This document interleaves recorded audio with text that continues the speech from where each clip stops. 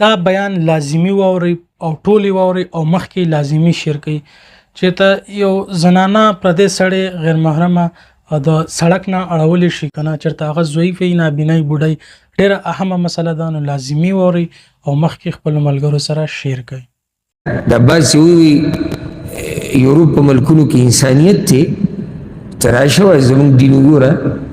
چې تا ته پته ولګي چې رحمدلي څه ته وایي، شفقت څه ته وایي، مهرباني څه ته وایي، انسانیت څه ته وایي، سړیتوب څه ته وایي.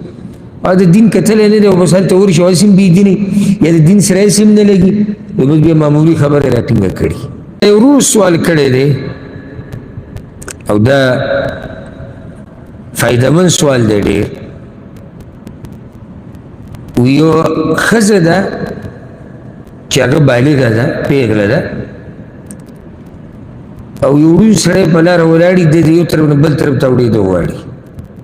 او نور څوک نه وي. دا ښځه داس پردی سړی د یو طرف نه بل طرف ته اړولی شي او که نه؟ جواب یو دا خبره خو اول یاده کړئ د وضاحت نه مخکې. یو کس صفت کو ما ته د یورپ د ملکونو هلته وي انسانیت دی. ما ته انسانیت څه ته دی چې هغه انسانیت تا ته په مسلمانانو کې نه میلاوي. دا آخر کوم انسانیت دی؟ وګوره لاس کې درسره سامان یو ښځه روانه لاس کې ورسره سامان دی ډېر یو سړی به راشي یو سامان به ترې وایي. یو سړی روان دی سامان ورسره ډېر دی ښځه راشي سامان ته وروي دې درجې پورې انسانیت دی. ما دا خو موږ کې هم شته الحمدلله دا انسانیت. موږ هم څوک وینو سامان ورسره ډېري منډه کړو روایلو ته څوک ګاډي ته څه شی وچتوي موږ ورسره وروخېږو په لاره کې ګاډی ولاړي دیکه ورکول غواړي نه سټاټېږي موږ ورسره دیکه ورکوو. ته به هسې متاثر یې هلته نور ښه بد هر ځای کې شتي مسلمانانو کې داسې شتي چې هغو کې دا سړیتوب نشته. خدای کله چې څوک مسلمانانو ملکونه خو نشي بدنامولی خو بیا مې ورته وویل زموږ د مرستې کولو هم اصول دي آداب دي. وجه دا دی چې موږ ځان ته غلامان وایو د الله او بنده هغه څه کوي چې څه ورته سید وایي او هغوی د چا غلامي هغه وایي چې موږ داسې پیدا یو آزاد چې څه کوو هغه کولی شي. نو فرق دی موږ او هغوی کې. خو دلته دا سوال دی یو سړی په روډ راوړي ړوند دی دا ښځې راړولی شي او که نه. اول خو دا یاد کړئ ګوره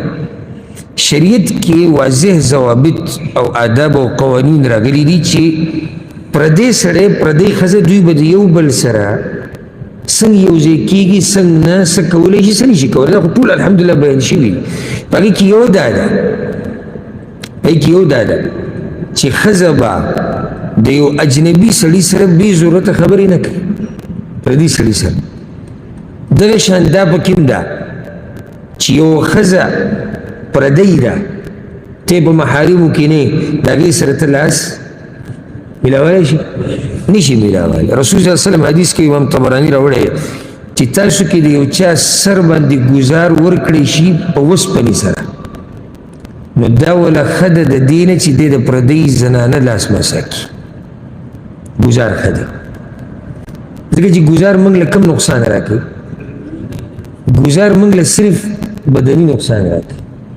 خو د زنانه سره لاس پردۍ زنانه سره لاس میلاول موږ له دیني نقصان راکوي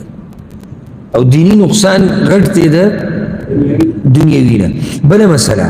ستا څه خیال دی چې الله ته پکې فایده ده؟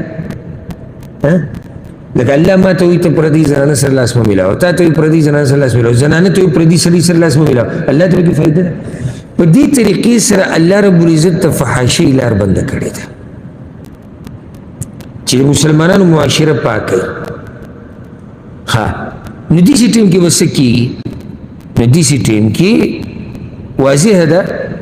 چې که چېرته دا زنانه د دې سړي مرسته کوي او اړوي نو دا به څه کوي؟ لاس به ورله نیسي دا به پکې لازم راځي. او پردي سړي سره لاس لګول یا د هغه د لاس سره لاس لګول د زنانه لپاره څه دي؟ حرام دي. نو طریقه د هغه دا ده که نور څوک نه یو داسې هم کېدی شي ګوره الحمدلله دین پراخه دی خو چې چا دین سره نه لګي دی هسې دی دین ته په دې نظر ګوري چې دا په موږ باندې سختي جوړه کړې. دا زنانه داسې هم کولی شي چې بل چا ته ووایي چې دا سړی وایه نشي کولی یو چاته آواز وکړي پلانې ته راشه یو دوکان ته ورشي یو کس ته آواز وکړي دا انسانیت دی که نه دی انسانیت دا داسې مه کوئ موږ به داسې ووایو داسې فرض کړه چې د سره څوک شتي نه نو بیا داسې کېدی شي لکه اوس زنانه سره خپل پرس دی بټوه چې کوم هغه غاړې ته اچي د دې یو طرف ته یې دله په لاس کې ورکړي یو طرف هغې سره لاس کې دا اړوانه بل څه شی دی لکه څنګه چې ورور وایي کپړه ده هغې یې نیولې ده یا امسا ده چوکه ده څه شی ده الحمدلله لارې پراخه دي او څوک چې د شریعت د حدودو خیال ساتي که نه هغه په هره طریقه ساتلی شي او چې څوک یې نه ساتي که نه دله الله توفیق نه ورکوي دا خبره یاده کړه هېڅ هغه سړي ته مشکل نشته په دیندارۍ کې چې څوک د زړه نه دینداري کول غواړي الحمدلله ګوره د خور سره لاس میلاولی شي که نه شي میلاولی شي مور سره میلاولی شي ترور سره میلاولی شي لور سره میلاولی شي نیا سره میلاولی خپل ښځې سره نو نور ته څه غواړي اوس ته لاس دومره اوږدی چې د ګاونډي ښځه د تره د زوی ښځه د تره لور د ماما لور دا خو ته زیاتې کې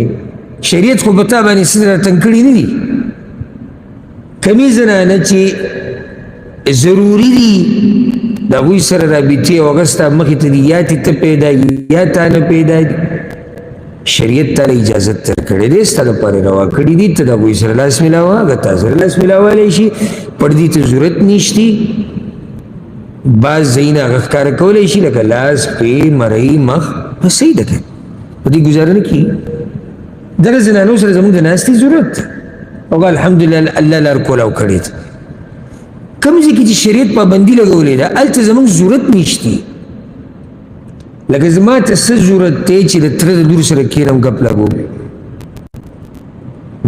تاسو ماته ووایئ نقصان دی فایده پرېږده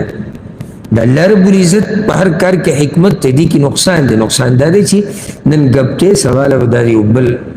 خبرې ته واوړي بلې ته واوړي به په زنا کې په حرامو کې واقع شي عزت لاړ د دې کوروم د هغه کوروم هر څه دړې وړي شو دنیا او آخرت یې خپل تباه کړو نو الحمدلله دا بس وی یورپ په ملکونو کې انسانیت دی ته راشه وایه زموږ دین وګوره چې تا ته پته ولګي چې رحمدلي څه ته وایي شفقت څه ته وایي مهرباني څه ته وایي انسانیت څه ته وایي سړیتوب څه ته وایي او د دین کتلی نه دی او بس هلته ورشي او هسې هم بېدینې یا د دین سره هسې هم نه لګي نو بس بیا معمولي خبره راټینګه کړي ښه دا و د شیخ صاحب اهم بیان چې تاسو واورېدلو د دغه شان قیمتي او اهم بیانونو دپاره تاسو زموږ سره اوسئ او موږ ځان سره فالو کړئ السلام علیکم ورحمت الله